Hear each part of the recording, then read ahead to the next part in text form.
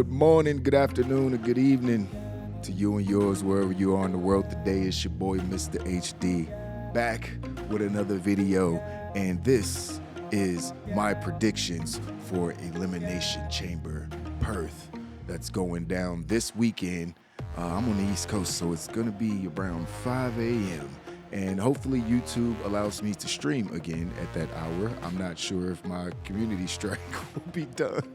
I got banned from live streaming for a week because I streamed the dunk contest for you guys, but it's okay.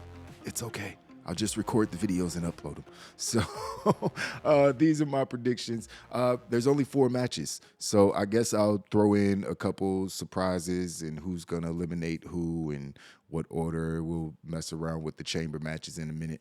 But I don't really know what the order of the matches is going to be, per se. You can't really, I guess they'll probably start with the one chamber match and then, probably, throw in the other 2 matches in between, or maybe they'll like chamber match, tag match, chamber match, then the ladies main event because they're in Perth and Rhea's from Australia. Maybe they'll do that. I have no idea how they're going to set it up, but we're just going to call the card how we're going to call it. I'm going to start my predictions off with, let's see. Let's do the tag match. Just get the tag match out the way. That's the easiest one to predict. In my opinion, we have the undisputed WWE Tag Team Championship match between the Judgment Day, and they'll be going up against Pete Dunne and Tyler Bate. Now, the members of the Judgment Day holding the tag titles are Damian Priest and Finn Balor, obviously, and they're going up against no longer British Strong Style. I don't even remember what they're going by at this point. It's a terrible name. I wish they just go back to British Strong Style. And they have some weird name that Tyler Bate came up with.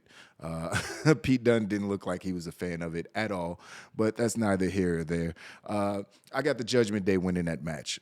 Pretty confident they're going to just take that one down. They're going to take the championships into WrestleMania, where more than likely R-Truth and Miz are going to take those titles off from them, or R-Truth and somebody are going to take those titles off of them. If you ask me at this very moment, now they could build something else after Elimination Chamber and go in a different direction, but that, as right now, that's where I see it. So I got Judgment Day taking that match and retaining their undisputed tag team championships. All right, let's do one of the chamber matches. Let's start with the women's chamber match. We have Becky Lynch going up against Bianca Belair, Liv Morgan, Tiffany Stratton, Naomi, and a freshly returning Raquel Rodriguez. I'm trying to roll my R's, you know what I mean? Make it sound sexy. Rodriguez. But yeah, you got smiling Raquel up in there. So out of all these ladies, I have no idea who's going to start the match. I would imagine they probably have Becky be one of the first 2 in the match because I feel like, she's probably going to take it down, so I feel like she's at least going to be in the final 2. So maybe they have her started off. Maybe they have her started off against Naomi or something like that, and you have the 2 baby faces in there while the Hills are in there ready to get out the pods and get to them. I really have no idea what order they're going to be entered in, but I'm going to guess some eliminations. I'm going to guess that Tiffany Stratton gets eliminated. No, she eliminates Naomi because for some reason I see Tiffany Stratton and Naomi having some sort of feud. They've already had some minor interactions backstage. I see Tiffany Stratton eliminating Naomi. I see Bianca Belair eliminating Tiffany Stratton. I see Raquel Rodriguez basically eliminating everybody else, Liv Morgan, Bianca Belair, and I see Becky Lynch eliminating Bianca Belair to win the women's elimination chamber match. Now, that's a big dub for Becky. Obviously, they've been building to the match between her and Rhea for a while now. You can't have them face off at the big WrestleMania press conference and then not follow through with the match. So it's it feels a little predictable, although they could throw us a curveball and possibly give it to Liv Morgan, or maybe even have Bianca Belair and Rhea Ripley go up against each other, because that's a dream match we've all been kind of waiting on for those 2 ladies to be in the same space, because last time they were in the ring together a lot. They were both baby faces and, kind of boosting the women's division and proclaiming their spot as the new leaders of the women's division, but they were both baby faces. But now Rhea's full blown. No, take that back. I was about to tell a lie. She is not a full blown heel, although she acts like one. Everyone loves Rhea Ripley for whatever reasons you love Rhea Ripley, and I don't blame you for any of them. so, so I got Becky Lynch taking this down so she can go face off with Rhea Ripley at WrestleMania. I think that's the match that we're going to see at Mania. We all want to see it. We could see Rhea and Bianca down the line, maybe at SummerSlam or so. All right, let's do the match that I'm probably most excited for, which is so weird to say, seeing as how Nia Jax is a part of this match. I'm not excited because Nia Jax is a part of this match. I need you to understand me. As much as Nia Jax has improved since in her most recent return to WWE, I'm not really excited because she's in the match. I love Rhea Ripley. I'm excited she's in the match.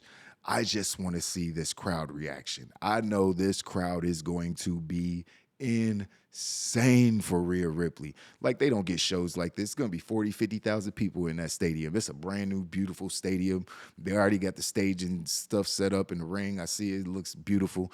I'm looking forward to seeing the complete setup. But, yeah, that crowd is going to go nuts for Rhea Ripley. She is turning babyface at this event. I don't see how they can avoid it. Hills don't get the type of reaction that she's going to get and stay Hills.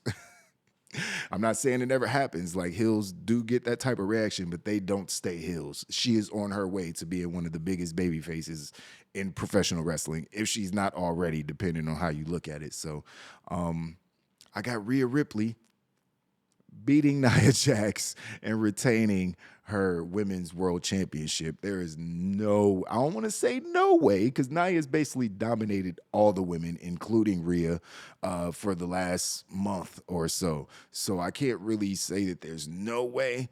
And Nia's been doing really good work. She's been safe. She's been doing really good microphone work. So I can't really say it's no chance, but it's like a 5% chance that she beats Rhea Ripley at this pay-per-view in Rhea's home country with the 40,000 people clearly behind her.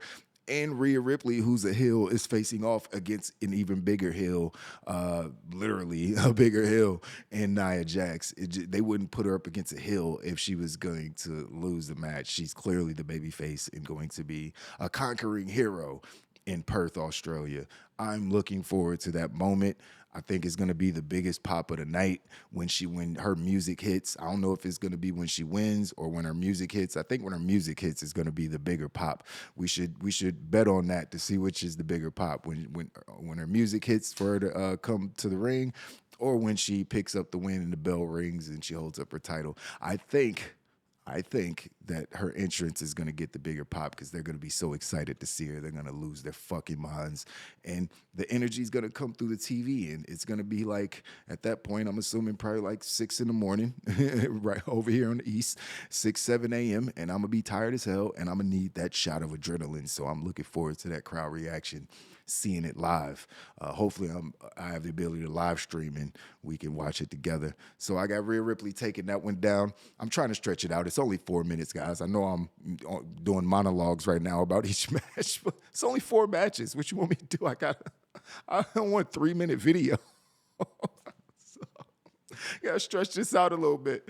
So on to our last match of the night already, I know. We got the men's elimination chamber match, which is completely loaded.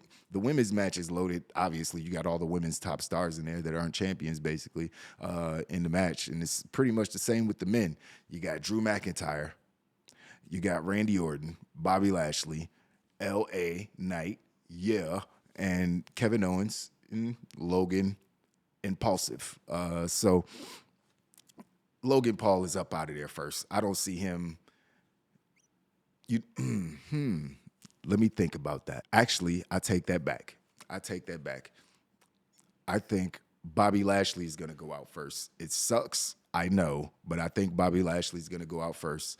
I think Logan Paul's gonna eliminate. I don't know who's gonna eliminate Bobby Lashley. If I had to guess, I would say it would be Logan Paul. That's gonna be his elimination. Then I see Logan Paul. No, Logan Paul's not gonna eliminate Kevin Owens, is he? Oh, is he gonna pin Kevin Owens in the elimination chamber? Uh, I don't know, guys. Logan Paul, Kevin Owens, and LA Knight is who I'm confused about. Like anybody could pin Bobby Lashley. I could see some, something crazy happening and him getting ran into a pod or, hitting his head on, something happening with the metal chain. Something's gonna happen so Bobby Lashley doesn't just look weak, by getting pinned so easily or early in the match or anything. But something's gonna happen to where he'll end up getting up out of there first. I don't know. I have no idea who's going to eliminate him. Let's just say Logan Paul, because Logan Paul's like, there's no heels. The only heels, I mean, you got Drew McIntyre and you got Logan Paul. Like everybody else is straight babyface. So it's like, who's going to eliminate who? It's kind of like you're going to have a lot of babyface on babyface interaction. So it's hard to decide who's going to eliminate who, I guess. But I'm going to go with Logan Paul eliminate Bobby Lashley. I have no idea how that's going to happen. So don't ask me. I'm guessing that Kevin Owens, no. I'm gonna guess that LA Knight eliminates Kevin Owens. He might get him some booze though. That's what's so weird. Like people love Kevin Owens. So LA Knight get Kevin Owens up out of there, and then LA Knight get Logan Paul up out of there. So LA Knight gets 2 pins, looks super strong, and ends up in the final 3 with Drew McIntyre, Randy Orton, LA Knight. And then you got 3 of pretty much the hottest superstars in the company right now in the final 3. And it's for a shot at Seth Rollins' world title. So this makes perfect sense. So you got LA Knight, Randy Orton, and Drew McIntyre, pretty much the top 3 contenders for the world title, who it should be. If they just pick 3 names, those would probably be the top 3 guys contending for the title anyway. So I got them in the final 3. And I got Drew McIntyre eliminating Randy Orton, who hit him with a Claymore out of nowhere. I don't know how it's going to happen.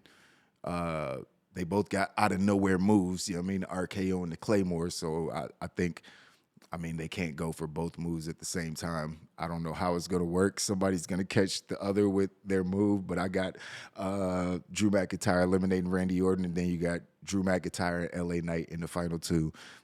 And I got Drew McIntyre taking out LA Knight to make his way to WrestleMania to face off with Seth Rollins for the World Heavyweight Championship. That's clearly the match they're building to. Drew McIntyre is doing the best work of his career. He is on fire right now, so you can't, not have him face off with Seth. Nobody else makes sense to be in this position, honestly. At least not with Drew McIntyre in the mix. He's got to be the guy. So those are my predictions for the matches, man. Now, we also have the Grayson Waller effect that's going down. You got guest Seth Rollins and Cody Rhodes. We're not going to get a surprise from The Rock because The Rock's already been tweeting, if Cody or Seth say anything, I need y'all to let me know. Make sure y'all tweet me and let me know because I'm going to smack the... The Rock is crazy. He's already saying so many inappropriate things. It feels like the Rock that we all wanted so much. It's like, yes, please don't care about these little weirdos. You can't say, yes, you can. Say it. We don't care. Be funny, please. It's fucking jokes. Everybody knows you're a great human being. You don't have to, you're playing a character, clearly. Like, what are you going to cancel every movie where somebody's saying something inappropriate? Shut up, clown. But yeah, keep it going, Rock. He called Seth Cody's little girlfriend a couple times in a recent interview. So it was pretty hilarious. He's like, yeah, Cody, here's the thing. Cody and his little girlfriend, Seth Rollins. You can go over there and talk some smack. Y'all hear him say something about me, just let me know, because I'll smack him and his little girlfriends right in the mouth. It's like, damn, bro. The Rock don't care, man. Now he call these dudes gay. I'm like, nothing wrong with that. I'm just saying, it's funny. It's funny. I don't know why it's funny. Don't cancel me. I'm just saying, for some reason, it makes me laugh. So we're not going to see The Rock. We're probably not. I don't think Roman Reigns is traveling over there. We're not going to see Gunther. We did see who was over there? Somebody was over there. I don't know. There's other wrestlers going over there. I saw Undertaker going over there. He's probably going to be doing his one dead man stand-up show over there or whatever. I doubt he'll be doing anything in the ring. But who knows? Maybe we get somebody coming out, maybe Austin Theory, because he is over in Perth right now. Why is he going over there if he's not doing anything? I would assume we might end up getting a tag team match between Austin Theory and Grayson Waller, who's from Australia. That's why they're doing the Grayson Waller effect. It makes too much sense. We might get a tag match with Austin Theory and Grayson Waller going up against Seth Rollins and Cody Rhodes, who are clearly forming some sort of team at this point. You know what I mean? Seth hit him with the "I told you so" this past week. So I think we might get that tag match. And if I have to tell you guys who's going to win that match, then I don't know why you're watching this channel. You know nothing about professional wrestling. Cody and Seth would obviously win that match. I would bet everything that I own on them winning that match. I mean, I don't care if Grayson Waller was born on the plot of land that they built the stadium on. It doesn't matter. He's not winning that match. So I think that might happen. You know what I mean? Maybe am I the only one that's put that together, that they're both over there, they're doing the Grayson Waller effect. They got both guys on the show and he has a tag team partner. So why wouldn't they do it just makes sense to me. So we might get that match and maybe they'll throw some more surprises in there. Who knows? Maybe Jade Cargill traveled over there. I haven't really seen any pictures of her getting off a plane and landing in Cardiff or anything. That might be a dead giveaway if we did. But she could be going over there just to do some press or something. You know how WWE goes. It's not just like the people on the card are traveling. There's a bunch of people traveling over there. Unfortunately, one of those people is not Bronson Reed, which is extremely unfortunate. I feel like we could have probably gave Kevin Owens' spot or Logan Paul's spot, Bobby Lashley's spot. I take that. Bobby Lashley's got to be a big deal. I don't know. We could have gave somebody's spot to Bronson Reed, even though I don't think he's a bigger star than anybody in that match.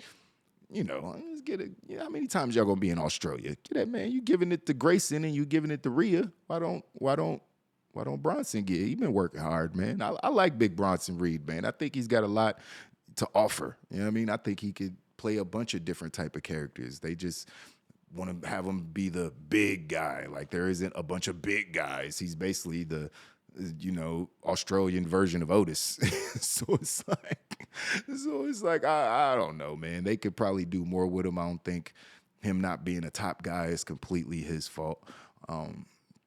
But that's it, man. I don't know if there's anything else that's going to happen on the show, but I'll be there to watch live. I'm definitely setting my alarm. I'm going to wake up about 4:30. Hopefully I'll be able to stream YouTube, please. And yeah, we can watch Elimination Chamber together live at 5 in the morning on the East Coast. If you're on the West Coast, that's like 1 in the morning. That's crazy.